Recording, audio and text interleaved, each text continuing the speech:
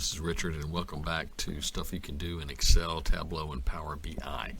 Today we're going to be focusing on Tableau, and I just thought I'd do a little introduction just to tell you what Tableau is, and then we'll get right into actually how to do it and how to use the software.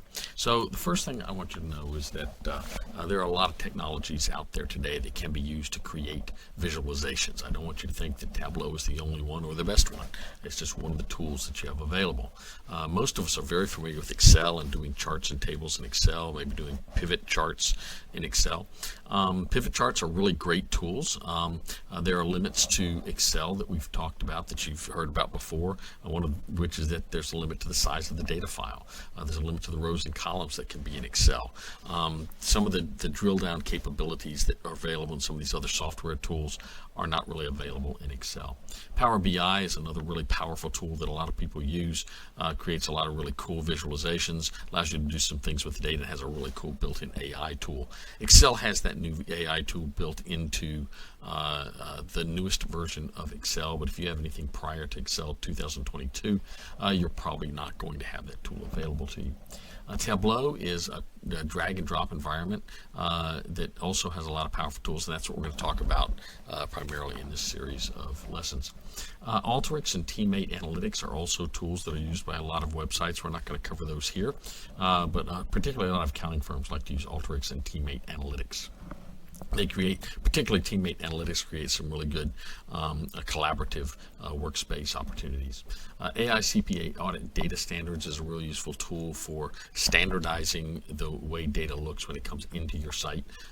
Basically, different people and different sources are going to have the data structured differently, and AICPA Audit Data Standards provides you some templates that allows you to upload all the data into a standardized format for you. If you're into programming, things like Python, R, and SQL are also going to be useful tools to you, but I won't be talking about those on this site. What is Tableau? Well, it's a data visualization tool that allows you to create some really creative, really innovative ways to look at your data. You can look at a large amount of data, and you can also filter that data at a very deep level so that you can see exactly what you're wanting to see and nothing extra. So this is going to allow you to provide a lot of insight, to get a lot of insight into your data, into how the company is operating and where problems might be found. Now, as I said, this is primarily a drag and drop environment. So it identifies your measurements and your dimensions of those measures and allows you to drag and drop those onto the Y or X axis and switch those and put those in different orders and do a lot of different things, as we're going to see. You can upload your data from many different sources. Over 90 data sources are supported by Tableau. There's a wide range of visualization options, and in fact you can modify those options to suit your needs, as we're going to see when I show you how to do a word cloud in Tableau. And finally, it's going to allow you to create a drill down dashboard. I have a series of videos specifically on how to create a dashboard using Tableau and how to create one that you can drill down into the data from the initial dashboard information.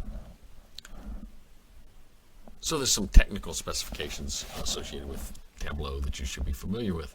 First of all, there's no enforced row or column limits, though there are some recommended maximums that you try to adhere to.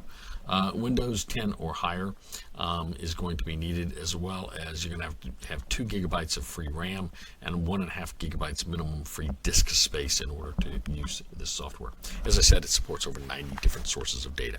So now that you sort of know what Tableau is, in the next video I'm going to go into how to actually access the software and to take a look at what the main interface is.